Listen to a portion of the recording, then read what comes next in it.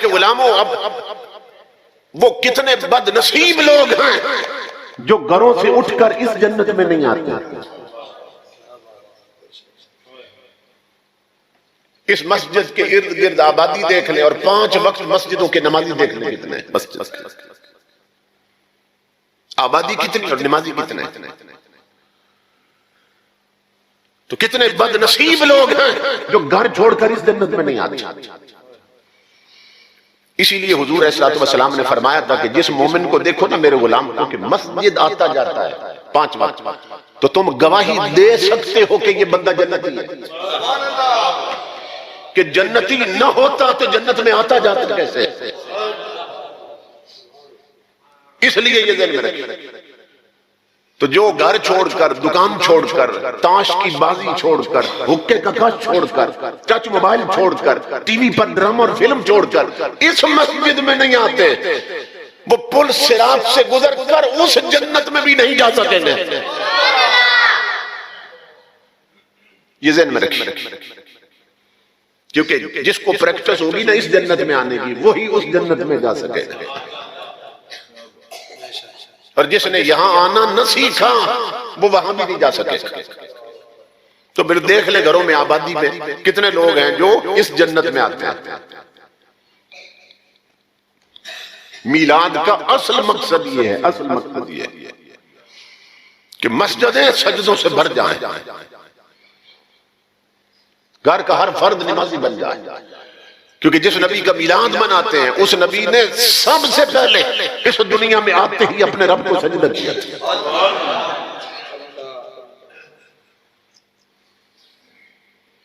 آپ تصور کریں کہ چھوٹی سی بات نہیں ہے. جس نبی کا میلاد منا رہے ہیں سب سے پہلا کام اگر کسی عالم سے سوال کرو کہ اس دنیا میں حضور نے آتے ہی سب سے پہلا عمل کیا کیا اپنے رب کو سجدہ کیا تھا. امام الانبیاء نے بتا دیا اللہ کا سجدہ کتنا ضروری. معراج پر تشریف لے گئے تو سجدے تحفے میں ملے تھے. میلاد پر سب سے پہلے خود سجدہ کیا. تو ہم حضور کا معراج بھی مناتے ہیں اور میلاد بھی مناتے ہیں اور سجدے پھر بھی نہیں کرتے. نمازوں میں پھر سستی ہے. معراج بھی منائیں میلاد بھی منائیں اور نمازیں نہ پڑھے تو پھر ہم سے بڑا منافق کون.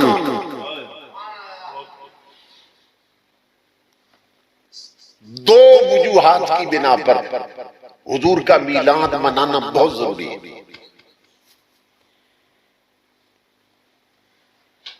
دو وجوہ کی بنا پر امام الانبیاء کا میلاد منانا اس لیے بھی ضروری ہے کہ کوئی حضور کو خدا نہ سمجھ سکے.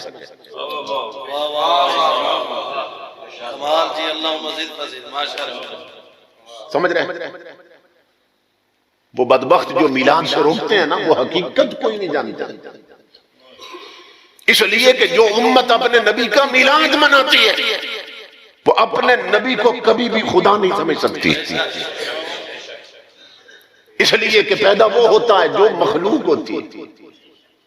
خالق کبھی پیدا نہیں ہوتا. خدا پیدا کرتا ہے پیدا ہوتا نہیں ہے.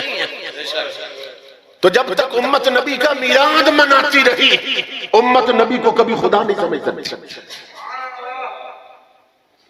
یہ نکتہ آپ نے سمجھ لیا. تو آقا کا میلاد منانا ایک سبب. دوسرا بتاتا ہوں حضور کا میلاد اس لیے بھی ضروری ہے کہ کوئی نبی کو خدا نہ سمجھے. اور آقا کا میلاد بیان کرنا اس لیے بھی ضروری ہے کہ کوئی بدبخت نبی کو اپنے جیسا نہ سمجھے.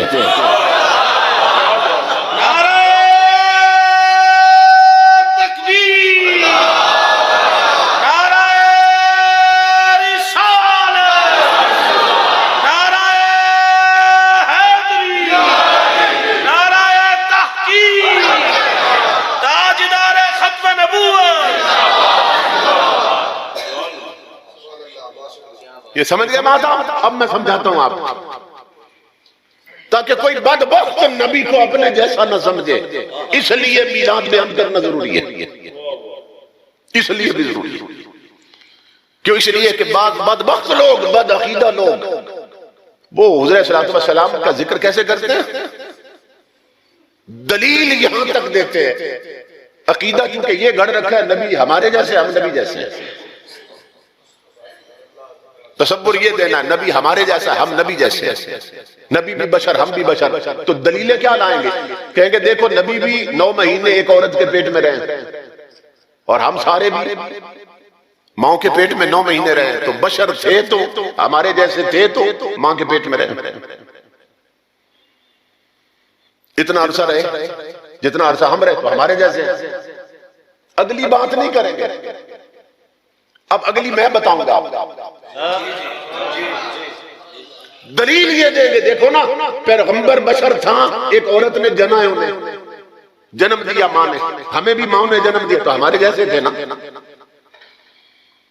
اگلی بات نہیں کریں گے، دلیل دیں گے، دیکھو نبی کو پتھر لگے تو خون نکلا تھا نا، تو بشر کے جسم میں خون ہوتا ہے تو ہمارے جیسے تھے تو خون نکلا، ہمیں زخم لگے تو ہمیں بھی خون نکلتا ہے، یہ دلیل دیں گے۔ پھر کہیں گے دیکھو نبی کو پسینہ آتا تھا کہ نہیں آتا تھا؟ اچھا آتا تھا، تو انسان اور بشر تھے تو پسینہ آتا تھا نا، تو ہم سب کو آتا ہے تو پھر ہمارے جیسے تھے، اگلی بات نہیں کریں گے۔ اب اگلی میں بتاتا ہوں آپ کو ساری باتیں، فیصلہ آپ کا ایمان اور عقل کرے گا۔ سننا غور سے، ڈنڈی کہاں مارتے ہیں؟ یہاں رک جاتا ہو، ہم مانتے ہیں تو بھی ماں کے پیٹ میں رہا، نبی بھی رہے، مگر اپنی ماں سے بھی پوچھ، حضور کی امی سے بھی پوچھ۔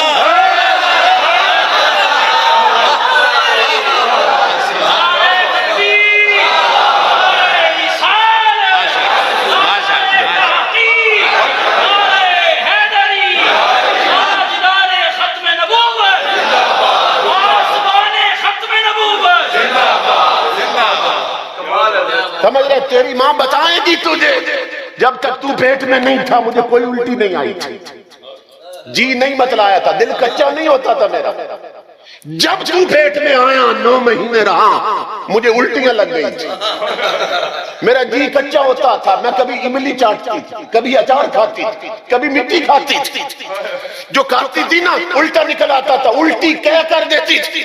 تیری ماں بتائے گی تو پیٹ میں رہا تو الٹی آتی تھی، پوچھ حضور کی امی جان سے، وہ فرماتی ہیں 9 مہینے رب کا حبیب میرے بطن مقدس میں رہا، اور جی متلانا تو دور کی بات، کھانے کے بعد مجھے ڈکار آتی تھی نا، اس سے بھی مشک و عنبر کی خوشبو آتی تھی۔